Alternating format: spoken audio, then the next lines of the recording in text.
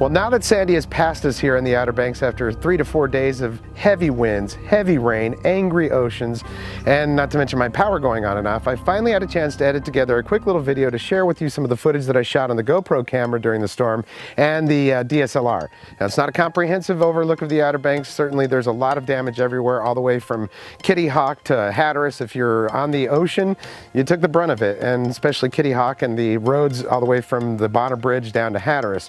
All that stuff washed out. It's devastating. But this is just a chance for me to share with you a little bit of what I saw. So thanks for watching.